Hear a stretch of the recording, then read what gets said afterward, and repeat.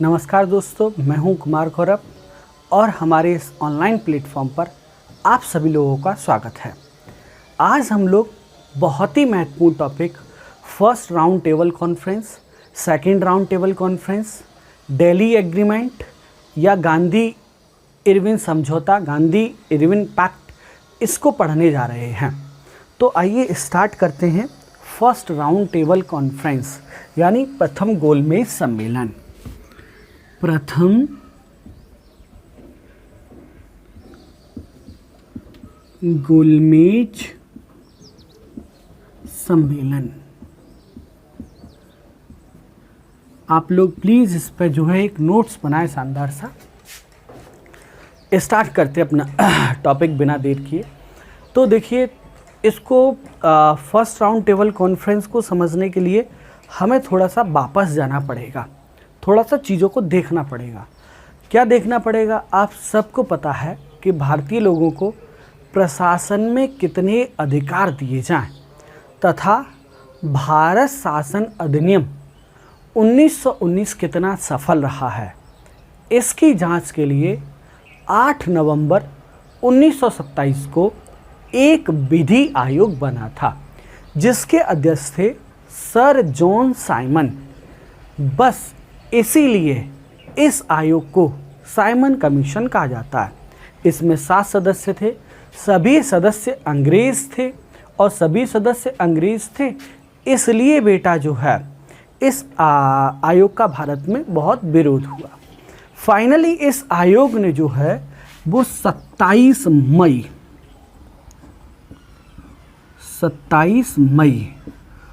1930 को इसने अपनी रिपोर्ट दी। 27 मई 1930 को इसने अपनी रिपोर्ट दी। और बेटा इस रिपोर्ट में जो भी कहा गया हम लोग डिस्कशन कर चुके हैं। बस इसी रिपोर्ट पर विचार विमर्श करने के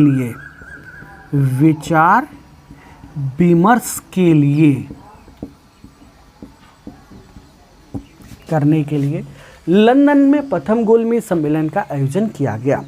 कभी आपसे कोई पूछे, कहीं भी पूछे, प्री में क्वेश्चन आ जाए, मींस में आ जाए, इंटरव्यू में आ जाए कि प्रथम गोलमेज सम्मेलन का आयोजन क्यों किया गया था, तो एक लाइन का आंसर है कि साइमन कमीशन के द्वारा दी गई रिपोर्ट पर विचार विमर्श करने के लिए, साइमन कमीशन के द्वारा दी गई रिपोर्ट पर डिस्कशन करने के लिए ब्रिटेन सरकार ने जो है वो प्रथम गोलमेज सम्मेलन का आयोजन किया। बेटा ये सम्मेलन बहुत महत्वपूर्ण क्वेश्चन है, याद रखिएगा। ये सम्मेलन जो है 12 नवंबर 1930 से 19 जनवरी 1931 तक कहाँ हुआ था बेटा? लंदन में। इसका जो उद्घाटन किया था वो थे ब्रिटेन के सम्राट जॉर्ज पंचम ने इसका उद्घाटन किया था। इस समय ब्रिटेन के जो प्रधानमंत्री थे उनका नाम था रैमजे मैकडोनाल्ड। ये रैमजे मैकडोनाल्ड जो हैं वो इसमें जो है वो इस समय क्या थे? ब्रिटेन के प्रधानमंत्री थे। सुनिएगा, प्रथम गोलमेज सम्मेलन फर्स्ट राउंड टेबल कॉन्फ्रेंस। सबसे पहली बात 27 मई 1930 को साइमन कमीशन ने या साइमन आयोग ने अपनी रिपोर्ट दी। और इस रिपोर्ट पर विचार विमर्श करने के लिए, इस रिपोर्ट पर डिस्कशन करने के लिए 12 नवंबर 1930 से 19 जनवरी 1931 के बीच में लंदन में प्रथम गोलमेज सम्मेलन का आयोजन किया गया। इस सम्मेलन का उद्घाटन ब्रिटेन सम्राट जॉर्ज फिफ्थ और ब्रिटेन के प्रधानमंत्री उस समय जो थे वो रैमजे मैकडोनाल्ड के द्वारा किया गया, या रैमजे मैकडोनाल्ड अध्यक्ष थे और जॉर्ज फिफ्थ ने उद्घाटन किया था। इसमें कुल जो है बेटा भारतीय प्रतिनिधि इंडियन रिप्रेजेंटेटिव जो थे वो थे 89, यानी 89 Indian representatives were participated in the first round table conference. प्रथम गोलमेज सम्मेलन में 89 इंडियन रिप्रेजेंटेटिव्स ने जो है वो पार्टिसिपेट किया था, जिनमें सबसे पहले हम देखें उदारवादी दल। उदारवादी दल, क्या आप में से कोई बच्चा बता सकता है कि उदारवादी दल के फाउंडर कौन थे? लिबरल पार्टी, और इसकी स्थापना कब की गई? इंडियन लिबरल पार्टी, इसकी स्थापना कब की गई और किसने की? हमने पढ़ा है ये। तो उदारवादी दल के जो रिप्रेजेंटेटिव लंदन गए थे प्रथम गोलमेज सम्मेलन में भाग लेने, वो थे आपके तेज बहादुर सप्रू, और दूसरे जो व्यक्ति थे वो थे चमन लाल सीतलवाड़। पहले तो ये हो गए, और दूसरे जो थे वो थे चमन लाल सीतलवाड़। ये दो लोग, ये उदारवादी से हो गए। हिंदू महासभा से कौन गया था भैया? बहुत इंपॉर्टेंट क्वेश्चन है बेटा। हिंदू महासभा के जो रिप्रेजेंटेटिव थे उनका नाम था M.R. जयकर। M.R. जयकर बम्बई से थे। अच्छा, सिखों से कौन गए थे? सिख रिप्रेजेंटेटिव कौन थे? बहुत अच्छे क्वेश्चन है बेटा ये। वो थे आपके सरदार उज्जवल सिंह। उज्जवल सिंह, गुड, वेरी गुड। दलितों से कौन गए थे? तो आप सब जानते ही हैं। दलितों से कौन गए थे? तो वो थे आपके कौन? Doctor B.R.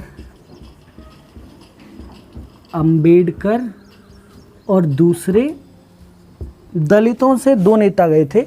एक तो डॉक्टर भीमराव अंबेडकर साहब थे, और दूसरे थे राय बहादुर श्रीनिवास।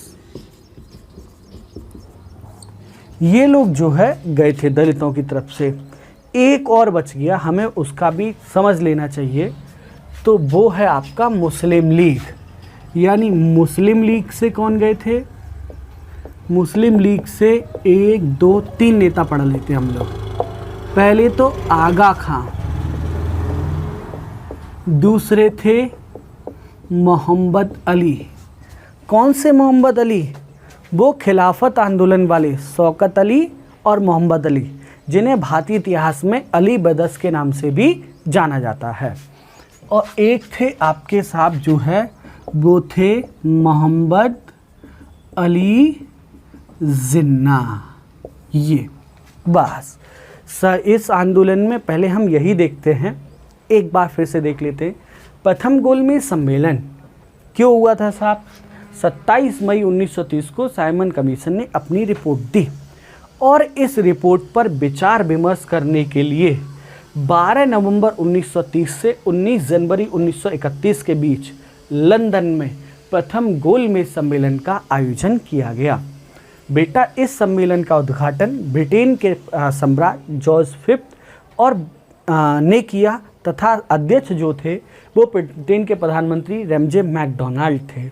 इसमें कुल 89 लोगों ने भाग लिया, 89 भारतीय रिप्रेजेंटेटिव ने भाग लिया।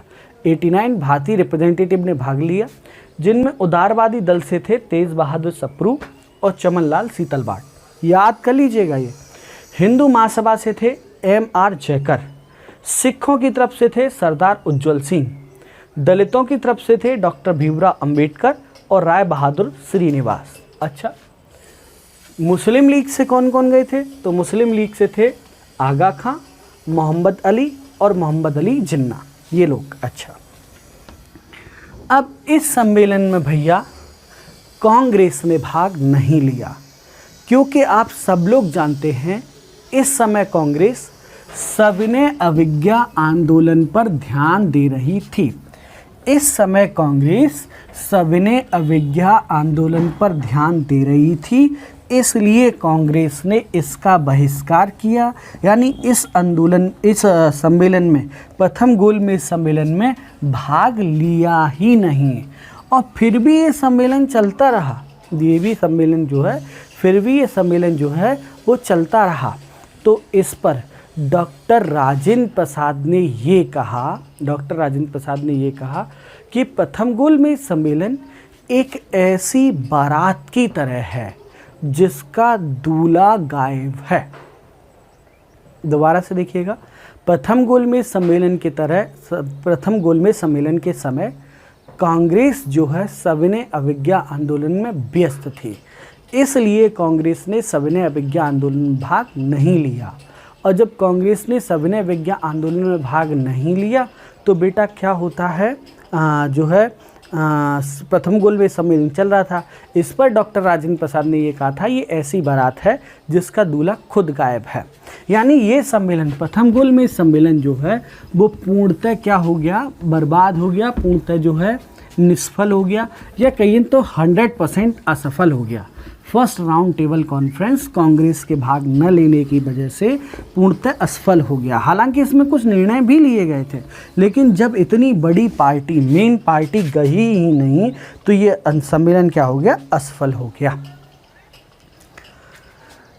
अब ब्रिटेन के प्रधानमंत्री मैकडोनाल्ड का इरविन के पास फ़ोन आता है कि भाई इरविन देखो, हमें मतलब नहीं, लेकिन तुम ऐसा कुछ करो जिसकी वजह से गांधी यहाँ आकर के, गांधी मतलब कांग्रेस गोलमेज सम्मेलन में, नेक्स्ट गोलमेज सम्मेलन जो होने जा रहा है उसमें भाग ले। तो इरविन ने प्रयास किया। और इधर से जो है हमारे जो नेता थे, तेज बहादुर सप्रू, चमनलाल सीतलवाड़, M.R. जयकर, इन सब के प्रयासों से, यानी एक तरफ तो इरविन पर दबाव आ रहा है, इरविन पर दबाव आ रहा है। कौन दबाव डाल रहा है? ब्रिटेन सरकार रोज़ फ़ोन करती है कि गांधी को तैयार करो। दूसरी तरफ तेज बहादुर सप्रू, चमनलाल सीतलवाड़, ऐसे कुछ नेता मिले और जिन्होंने गांधी से जो है इस बात को, इस मुद्दे को सुलझाने की जो है प्रयास किया। और इसी प्रयास के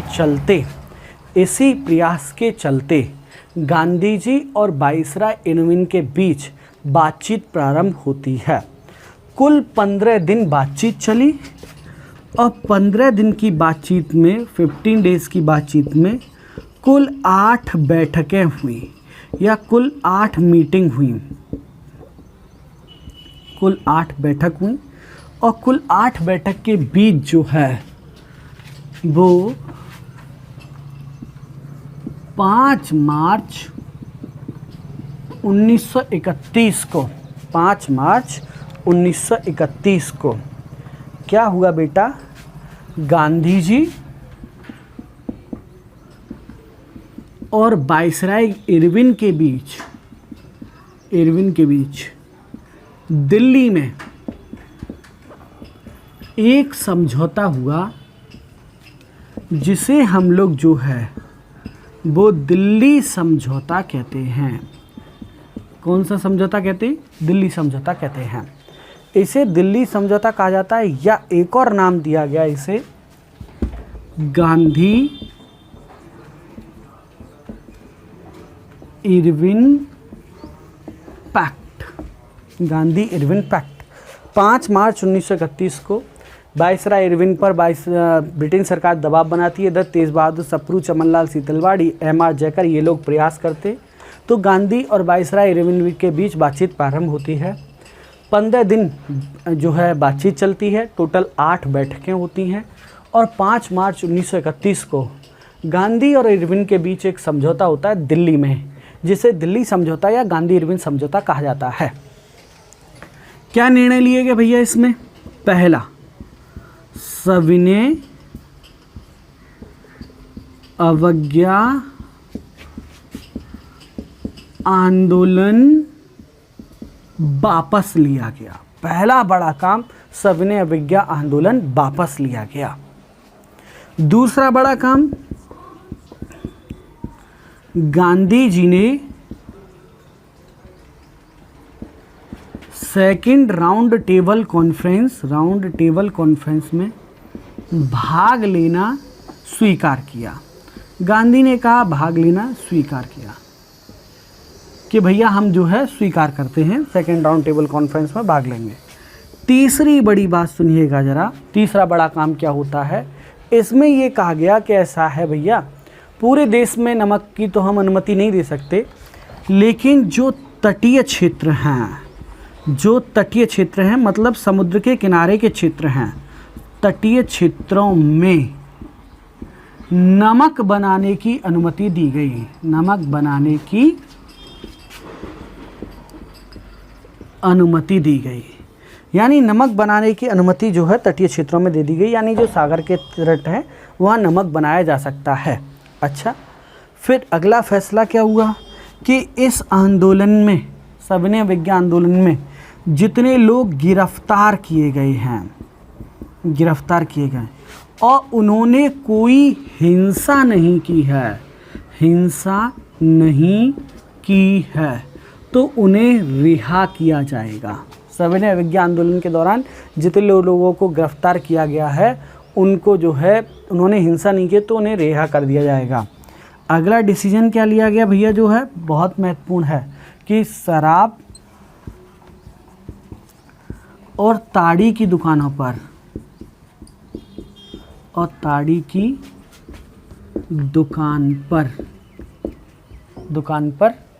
ताड़ी की दुकान पर जो है शराब और ताड़ी की दुकान पर अब लोग आंदोलन या धरना दे सकेंगे।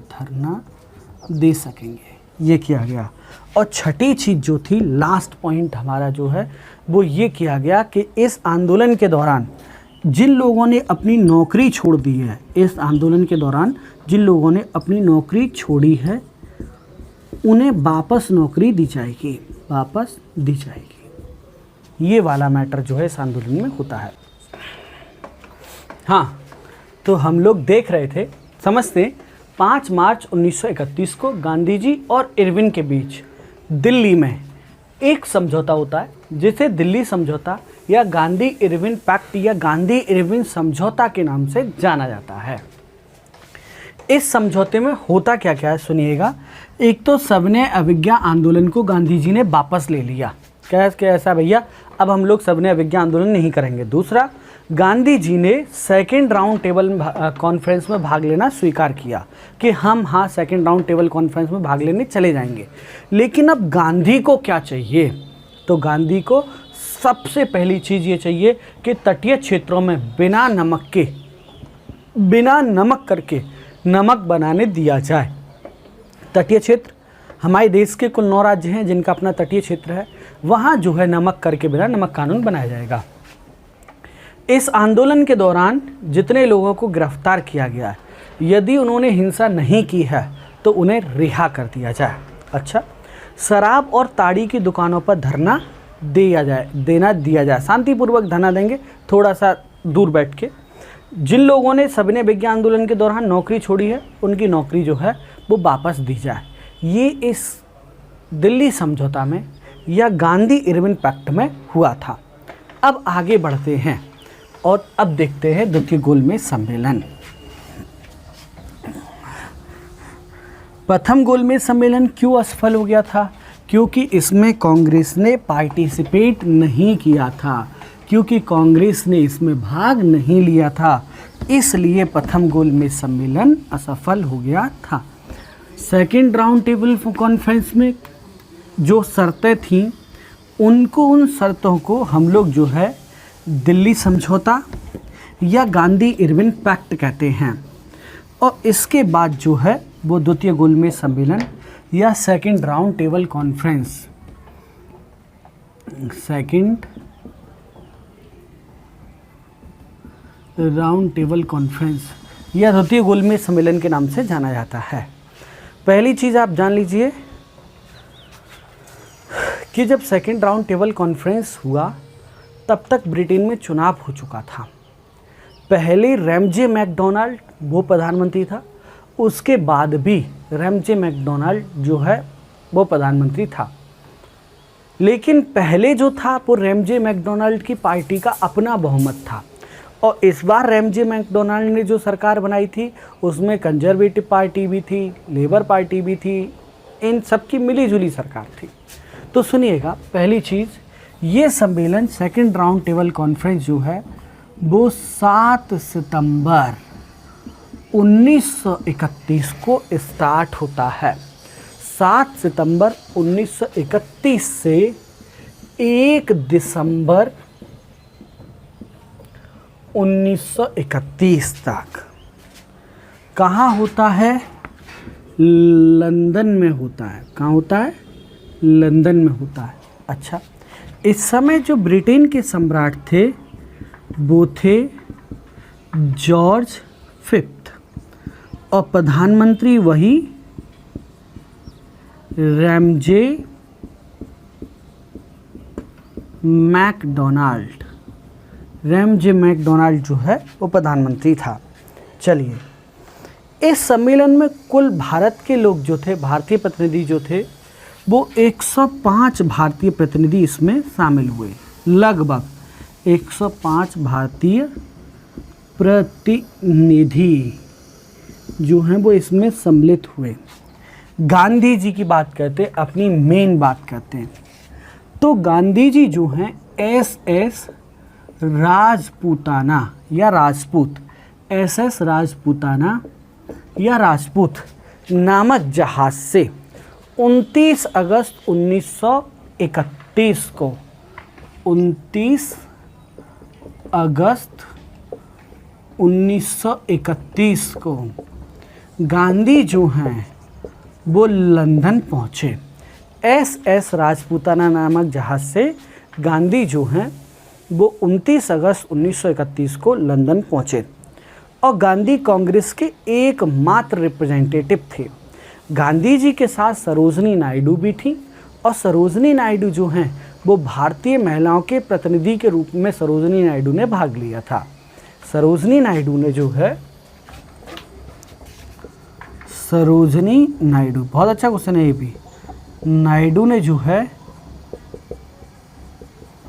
भारतीय महिलाओं के रूप में सरोजनी नायडू ने जो है वो भाग लिया था। अच्छा, फिर उसके बाद अगली चीज़ देखते हैं हम लोग, भारतीय महिलाओं के रिप्रेजेंटेटिव के रूप में भाग लेते हैं। लंदन में गांधी जी ईस्ट एंड नामक एक बस्ती में मिस म्यूलर के यहाँ रुके थे। मिस म्यूरल के यहाँ रुके थे। दोबारा सुनिएगा, गांधी जी यहाँ ईस्ट एंड नामक बस्ती में मिस म्यूलर के यहाँ जो है वो रुके थे। इस सम्मेलन में सभी अल्पसंख्यकों को पृथक निर्वाचन की प्रणाली प्रदान की गई। मैं दोबारा से बताना चाहूँगा, इस सम्मेलन में हुआ क्या था। इस सम्मेलन में जो है हमारे जितने अल्पसंख्यक थे, अल्पसंख्यक मतलब सिख हो गए, मुस्लिम हो गए, ईसाई हो गए, और यहाँ तक कि ये जो हैं भीमराव अंबेडकर साहब जो है वो SC ST के लिए भी सेपरेट इलेक्शन सिस्टम यानी पृथक निर्वाचन प्रणाली की मांग कर रहे थे। और ये बात गांधी जी को बहुत बुरी लग रही थी, इसीलिए गांधी जी ये सम्मेलन बीच में छोड़ करके भारत वापस आ गए। ये सम्मेलन भारत वापस गांधी जी जो है वो 28 दिसंबर 1931 को भारत पहुँचे, और 29 दिसंबर को गांधी जी ने सविनय अवज्ञा आंदोलन पुनः प्रारंभ कर दिया गया, और 4 जनवरी 1932 को गांधी जी को गिरफ्तार करके जो है वो यर्मदा जेल में बंद कर दिया गया। अब इस सम्मेलन में जो है महत्वपूर्ण निर्णय जो हुए थे वो 2 हुए थे। एक तो जो है भारत में 2 नए राज्य बना दिए गए, एक तो सिंध और एक नॉर्थ वेस्ट फ्रंटियर स्टेट। ये 2 राज्य मुस्लिम बहुलता के आधार पर बनाए। और दूसरा काम जो हुआ था वो ये हुआ था कि जो है 2 राज्य बनाए गए, और सेपरेट इलेक्शन सिस्टम यानी पृथक निर्वाचन की प्रणाली की जो मांग है वो तेज हो गई, जिसके विरोध में 28 दिसंबर 1931 को गांधी जी भारत वापस आ गए, और 29 दिसंबर को गांधी जी ने सविनय अवज्ञा आंदोलन प्रारंभ कर दिया और 4 जनवरी 1932 को गांधी जी को गिरफ्तार कर लिया गया।